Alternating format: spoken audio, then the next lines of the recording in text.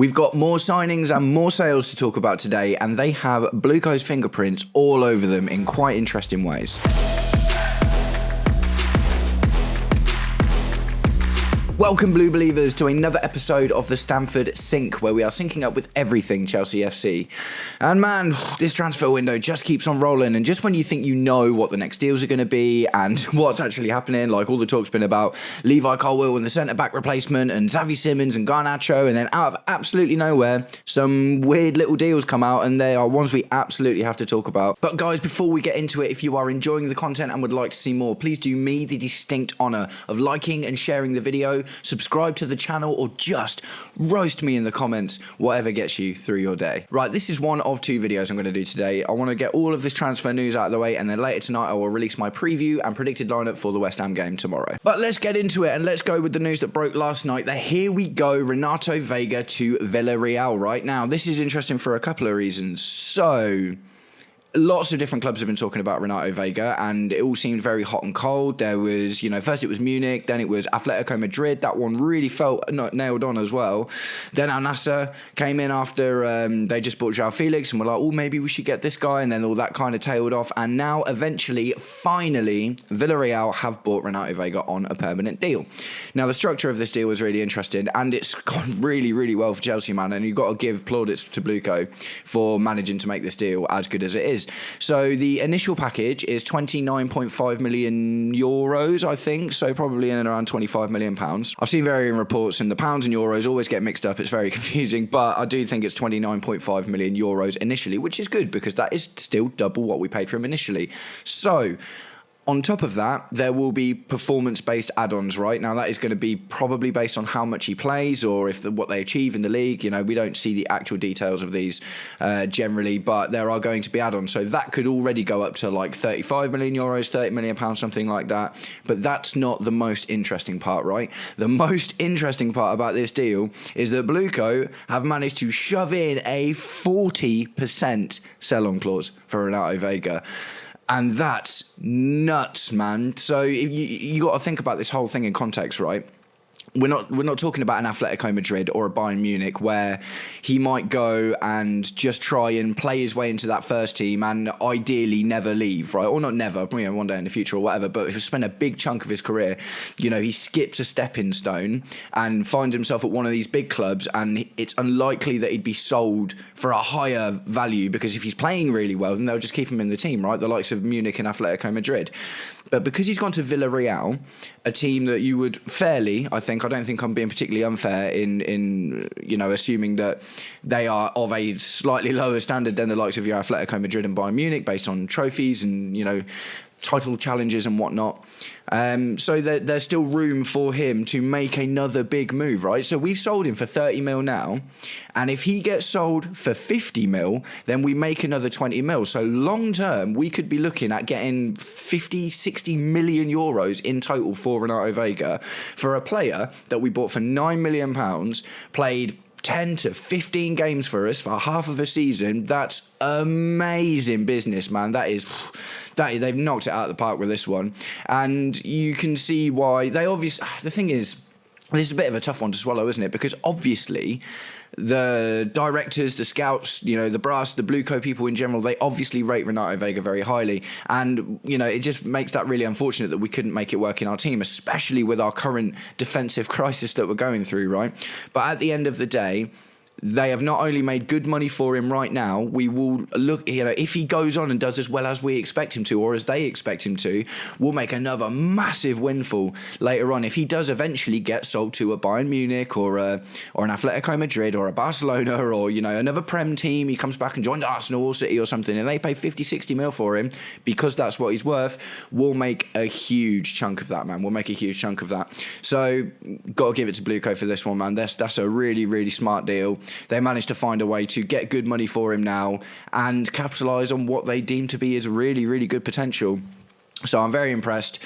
Like I say, for me, it's a bit of a, not a stinger, I guess, because, we never really saw him flourish in a Chelsea shirt, and he did well at Juve, but it's not like he's the talk of the town that, everyone's desperate to have this guy in their team. And obviously, with Atletico Madrid and Bayern Munich not willing to enter into this kind of deal for him, they obviously didn't rate him that highly either, but we obviously valued his potential a lot, do you know what I mean? So I'm very impressed.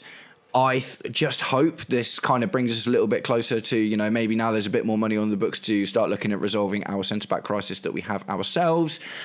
And yeah, we'll just have to see how that one goes, man. But Renato Vega, Villareal, here we go. It's going to happen, and he is off. And is, the next time we'll hear about him in relation to Chelsea is when he gets sold again and we make a load of money for him.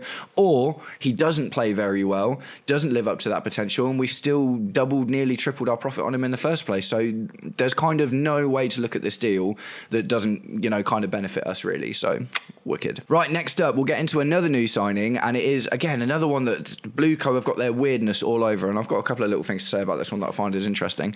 So we have just, now I say we, I don't mean Chelsea, all of the reporting indicates that BlueCo have made this deal, right? And I'll get into why that's interesting. But for a player called Julio Enciso, who is a 21-year-old player from Paraguay, he's an attacking midfielder and can play out on the wings as well. He's a Brighton player, and we obviously love dipping into the Brighton shopping centre, don't we? We absolutely love buying from Brighton. He was on Ipswich for the back end of last season, scored a couple of goals and got an assist or two over there. So for a really, really young player, in a what was eventually relegated team, do you know what I mean? He's done pretty well. Brighton obviously rated him fairly highly, but not enough not to sell him. And he is going to right now. Let's get this right. So it looks like he's being bought for Strasbourg initially, and he will spend a season or two. I've just seen a spell, right? After his spell at Strasbourg, he will sign a 5-year deal for Chelsea. So why this is interesting is because all of the reporting, Fabrizio Romano, all the news outlets that are releasing news about this have all said BlueCo sign Julio Enciso. So he is signing for BlueCo, not initially for Chelsea or Strasbourg, but the company as a whole, right? And there is already a plan because he's seen as a future Chelsea player, supposedly. This is the thing, is they want to see him in a Chelsea team, but they want him to go out and get more first-team experience in and obviously Strasbourg is even more so this season becoming that development platform for Chelsea players. We've loaned 3 players out there. We've sold another 1 or 2 over the last few seasons. And at this point, with Julio Enciso, almost literally half of their first team is going to be made up by Chelsea players. It's kind of nuts. But yeah, the thing I find really interesting about this is the MLS links, right? I'm going to say the MLS links. So the way that signings work in the MLS is you don't sign for a team. So say even if you're going to go and play for LA Galaxy, right, or New York Rebels or whatever, you don't sign for that team. You sign for the MLS. You sign for the league itself, and they hold the rights to your contract and all of that, and that's who pays you. You don't get paid by the team. You're not owned by the team. You're owned by the league itself. And I just find that really interesting that this whole deal with Julio Enciso has been kind of put forward as being signed for BlueCo, because that's kind of says to me that Todd Boehly, Egbali, and they're sort of starting to bring that American DNA into the way even more so. And we've talked about it loads of times recently. They've always been really keen on player trades. And obviously when Todd Boehly, sort of was speaking for Chelsea at the start, it was like, I don't understand why you guys don't do an All-Stars game at the end of the season. Do you know what I mean? It's like they're really, really keen to get their American business DNA into the Premier League. And this, to me, it seems like a small thing because the deal itself is only for like 20 mil. So we're not talking about crazy amounts of money here. But the thing I find really interesting about it is how it's being put forward as BlueCo have signed this player, and we're not talking about Strasbourg or Chelsea, we're talking about the parent company. The player belongs to the parent company, will be sent to Strasbourg and then sign a 5-year deal at Chelsea. So I think this is probably indicative of the multi-club model evolution. This is, the more clubs that we buy, obviously the last talks was quite a while ago now with Sporting Lisbon, but you can be absolutely sure in the next season or two, they're probably going to go in for another club as well. And then all of a sudden, you're being bought for BlueCo. Do you know what I mean? And Chelsea is the tip of the iceberg, the cherry on the cake. Chelsea are going to be the ultimate destination for the best talent, and then your Strasbourgs and potentially your Sporting Lisbons, and I think we're interested in trying to find someone in South America, for instance. They're going to be like development platforms for these players, and it's essentially just a way to like be able to have loads of players at the same time and be able to figure out, okay, we want to make money from this guy, so we'll send him here, or we want this guy because we think he's really good, so we'll send him to Chelsea. Just the whole thing's fascinating, man. I've done a couple of videos on the BlueCo thing and the Strasbourg thing in general. I'll pick out one right here. Go and check this video out if you're interested in my deeper thoughts on the BlueCo situation in Strasbourg. But it's just a bit weird, isn't it? It's just a bit weird. So, what we're not really doing is talking about the player. The player looks good, man. He's another good, young, attacking midfielder. We could probably do, if we weren't thinking that the Xavi Simons and Garnacho deals were going to go through, we could probably think, it wouldn't be bad to have a bit more reinforcement in that position for the Chelsea team this year. But that's absolutely not what's going to happen. He's going to go to Strasbourg and it's a sale to Strasbourg, essentially, but it's not being spoken about like that at all. I haven't seen anywhere Strasbourg buy or Chelsea buy and loan or Chelsea buy and sell or whatever. It is all being put forward as BlueCo have bought this player and have decided that he will spend a year or two at Strasbourg, which will mean he will essentially be bought by Strasbourg, but he's being paid for by BlueCo, and then eventually he'll sign a 5-year deal at Chelsea. If that works out, we won't pay very much money for him. Do you know what I mean? They obviously think that there's really something there, and they think a season at Strasbourg would be really good for his development, and we might pay 20, 25 mil, 30 mil, depending on how well he does. Do you know what I mean? Because there is like a minimum amount. I mean, I guess it might even be less than that, because the amount you have to pay for a player, like you can't just sell a player to yourself for nothing, because he has a minimum value based on his contract length and how much he gets paid and amortization and all of that stuff. But ultimately, we will be able to buy him for the minimum amount required. And if he goes out there and does really, really well on loan at Strasbourg, then that's going to be another wicked deal, isn't it? So BlueCo are really starting to exercise their business muscles in all of these deals, man. So it's all just fascinating, isn't it? It's all just fascinating. The way that the deals are starting to be done is, obviously it's kind of evolved really quickly. When, BlueCo and Todd Boehly came in and made those initial signings, it was very much like of the old era. We're paying huge amounts for like Raheem Sterling and Koulibaly, and none of that worked out.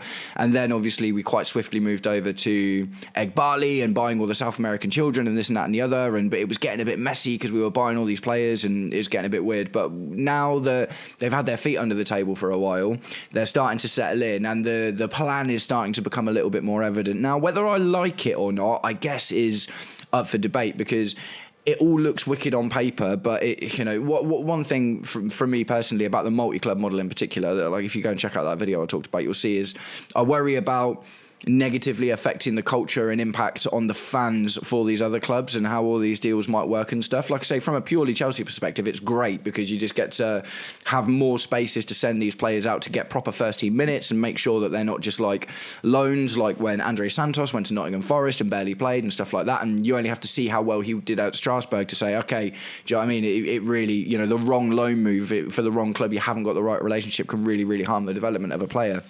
So yeah, it's Julio Enciso, man. He's going to be a Chelsea player after his Strasbourg loan, and I'll probably do another Strasbourg video at some point, having a look at their team and how they're all doing some sort of loan watch thing. But yeah, man, Julio Enciso is signing for BlueCo, do you know what I mean? And that is just a really crazy thing that we haven't really seen so much of so far. So I would expect to see more things like this start to happen, do you know what I mean? Where maybe it's just a media thing because it's easier to sell in the UK.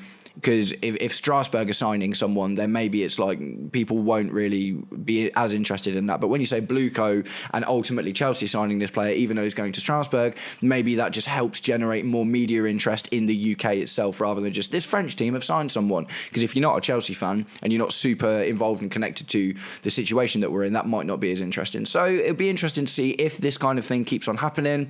But as I said, because of the way the MLS works, it just really seems like there's some similarities to me where you sign for the parent company, do you know what I mean?